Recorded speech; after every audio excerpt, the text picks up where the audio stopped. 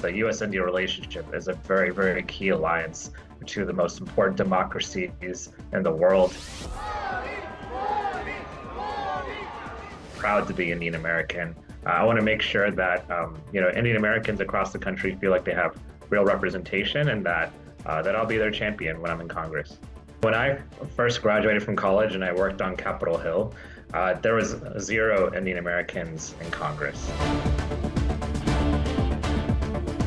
I'm someone who's tried to unite people and bridge those partisan divides. As an Indian American, I feel a responsibility to be a champion for Indian Americans all across the country. Since I got elected, we've had so many other Indian Americans decide to run, and they just told me it's because we saw you do it and we felt like we could do it too.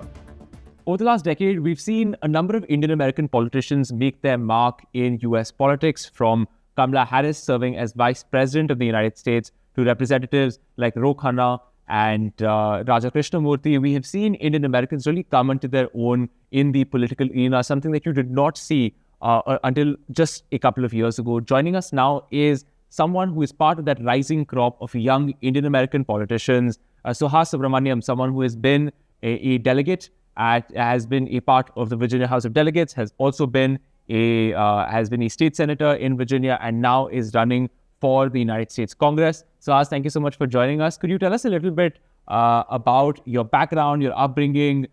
You have gone from being someone who's been a technology advisor to President Barack Obama to now making a run in your own right to be a representative in the United States Congress. Could you tell us a little bit about your life, your background, your upbringing, how you got into politics?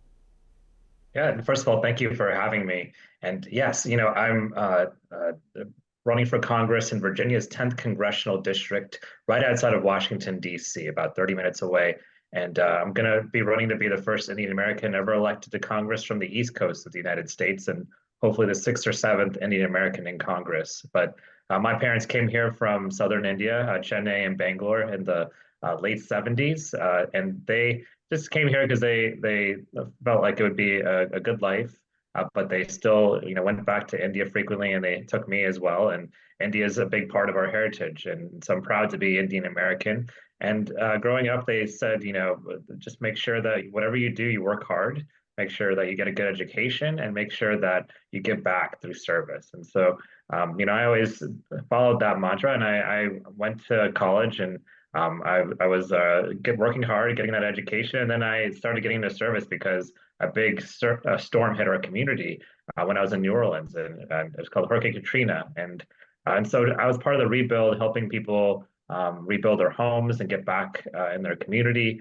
And I just got involved through public service, and I started working a lot with other members of Congress, and I eventually got appointed to work for the Obama White House as a technology advisor. I'd gotten a law degree and got self-taught on the technology space, and was able to serve the president in the second term of his administration. And I never thought of myself, though, as a candidate myself, but in 2019, I was encouraged to run for the state house. It's like the equivalent of MLA in India, and I was able to win. I was the first Indian American ever elected to the state level or federal level in Virginia's history, which is 400 years. So, it's been a long path. I don't think, if you'd asked me 10, 20 years ago whether I would have been doing this, I don't know if I would have told you yes, but I know that my parents certainly didn't expect our family to have a politician in it.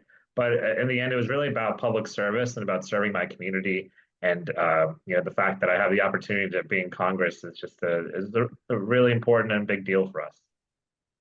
A little bit about that background that you're talking about, that you have stayed connected to India and your heritage. You've come back to India a lot. You also serve in a state that has a large number of Indian Americans. Your constituency, if I'm not mistaken, also has a large number of Indian Americans. How does it feature? How does your background and your heritage feature into your work, how you connect with people, and just your sense of yourself as a politician serving your community? Sure. When I was running, I wasn't running as an Indian American necessarily, but I was running as someone with good ideas who was proud to be Indian American. We do have a growing Indian American community in Northern Virginia, and they're starting to vote more. It used to be that they would only vote in presidential elections once every 4 years. and they wouldn't vote otherwise. But then myself and other Indian Americans started running, and they started realizing that if they had a voice in the legislature, that their needs could be met, and that they would have real political power. So that seat at the table, they saw the importance of it.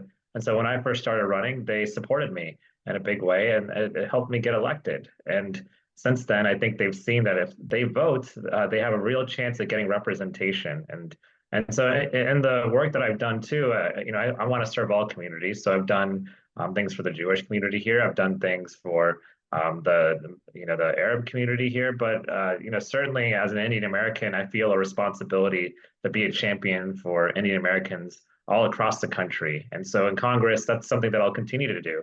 I want to make sure that Indian Americans across the country feel like they have real representation, and that I'll be their champion when I'm in Congress. Can I talk to you a little bit about what's happened with Indian Americans in American politics more generally? Just about a decade ago, we barely heard of Indian Americans in real positions of national authority. Now you have, vice president who is of Indian origin. You have 5 members in the United States House of Representatives, and dozens of Indian American politicians at the state level making their mark. You, if you get elected, would be the 6th of this growing Samosa caucus. So could you tell me a little bit about what's changed in America over the last 10, 15, 20 years that allowed more Indian Americans to get into politics and has allowed them to make such a mark in government? Yeah, when I first graduated from college and I worked on Capitol Hill, there was 0 Indian Americans in Congress. And I think what happened is we just had some really good people like Raja Krishnamurti, Ro Khanna, run for the U.S. Congress and win. But they had lost the first time they ran because there wasn't really a political, infrastructure for someone like them to run. They were on their own, basically, and they had to build their coalition themselves. Now there's actually groups like the Indian American Impact Fund that are dedicated to helping elect Indian Americans in politics. And there's also other groups dedicated to electing Muslim Indian candidates, dedicated to electing Hindu Indian candidates, and then there's others that are trying to elect more Asian American candidates generally, like the AAPI Victory Fund or the AAA Fund. So the point is that there's actually now an infrastructure for candidates like me to actually run and win.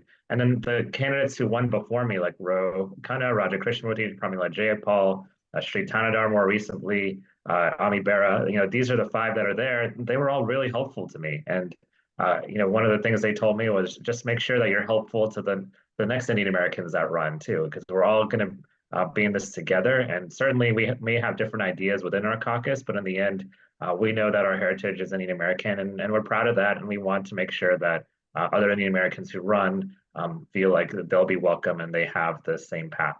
Right. And I have to ask you, as a representative, if I could ask you a broader question about what's happening in America more generally, at least sitting here in India, sometimes a lot of the conversation about America is that it's becoming increasingly polarized, increasingly divided, and it's becoming. And I wonder how it's impacted your work as a politician at the state level, as a state senator, and someone who's running for Congress. You've had good people, in fact, leave politics because there's been so much polarization and difficulty in dealing with these issues. Could you tell me a little bit about what it's been like as a young politician trying to make your way in politics during this time of heightened division?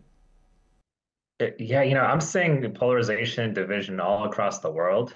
But yes, it's definitely here in the United States. I'll say that I'm someone who's tried to unite people and bridge those partisan divides. I don't care if it's a Democrat or Republican. I'm always going to serve people, and I'm going to make sure that they have a voice. So we may not always agree, but that's okay. But I'm trying to lower the temperature because right now we're seeing more political violence than we've ever seen before in the United States, with legislators and even presidential candidates getting attacked. And then we're seeing, neighbors fighting with each other that used to be friends. We're seeing a lot of gridlock in Congress, so it's harder to get things done. And what we need, I think, is people who are willing to be a part of the solution, willing to work across the aisle. I think some of it is the way that, the people are getting their information now.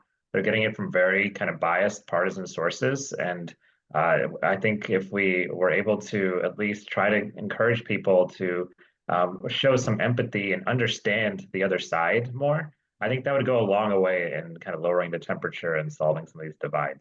Right. And if I can ask you, just from a personal perspective, you're running for Congress. Could you tell us a little bit about what are the key issues that you would like to push if you head to Washington in next January? What are the issues that are closest to your heart, both for Virginia and more generally nationally? Sure. There are a couple of things that really matter to me. First is the economy. I want to make sure that people have access to well-paying jobs and that, things right now in America, the costs are increasing for everyone, for businesses, for families. And so I want to do everything we can to address inflation and rising costs generally. I think some of that, like the cost of healthcare, for instance, is a big issue for our community. Another thing that I know people are really concerned about is safety and gun violence, especially. And so I want to make sure that we have common sense, evidence-based solutions to some of those issues. These are all things that, don't, it's Democrat or Republican, doesn't matter. It affects everyone. And so I hope that I'll be able to work together across the aisle with Republicans to get some of these things done.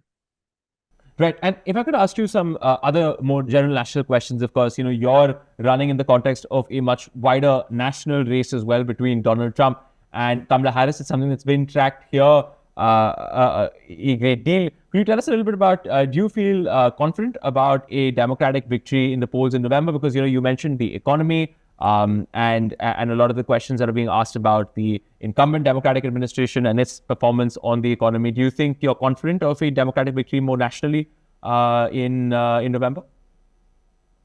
To be honest, I'm not great at predicting these elections. I tend to be wrong. I'll say in Virginia, she's going to win Virginia. Things are going really well here. I'm paying a little bit less attention to what's going on in other states just because my race is just in Virginia. But I will say that it's really special to see Kamala Harris on the ballot because I was a part of her supported her campaign when she first started running back when I was in the private sector. And to think that we'd have an Indian American woman president in our lifetime is pretty incredible and special. But I know she's a strong candidate. I also know, it's special to me because her family, her mother's from Chennai, from Adyar, which is where my dad's from. And so it's almost like I feel like we're from the same neighborhood and back in India. And I think it'd just be really special. And it's certainly, I see eye to eye with her on several issues, and including the U.S.-India relationship. So I think it'll be good for that as well. And but most importantly, I think I'm concerned about our democracy, and I'm concerned about the impact of a Donald Trump presidency on the rest of the world, and certainly on our country. And I think Kamala Harris is a much better option for everyone. So I hope that she does get elected, and I'm confident that at least there's a lot of wind behind her back and that there's a lot of excitement about her. Right. And if I could ask you a sense of, India's had a fairly cooperative and good relationship with the Democrats since they were elected in 2021. If you were elected to Congress as well, is there anything that is specific that you would also like to do on the India-US relationship? Is that something that you personally would also be committed to improving? You would also in tech, that's something that we see as a major bridge between India and the United States. Any particular thoughts on what you might want to do for the India-US relationship? Yes, it's hard not to be biased since I am Indian American and India is a big part of my heritage. But I think even if I was trying to be objective and take a step back, any foreign policy expert in the US would tell you that the US-India relationship is a very, very key alliance for two of the most important democracies in the world. And as we look to the future, India is just going to continue to grow, and the U.S. and India can have such a amazing trade partnership and do so much together. I know there's more that we need to do when it comes to defense cooperation, and more that we need to do when it comes to arms transfer, and more we can do as well as technology cooperation. I'd like to see us do more on that front because we can be really strong allies. And I know a lot of people here are concerned about China, and so India is a great counter and a great partner in that endeavor as well. But certainly it's hard not to be biased, but at the same time, even if you looked at it objectively, it's a very important relationship that we must continue.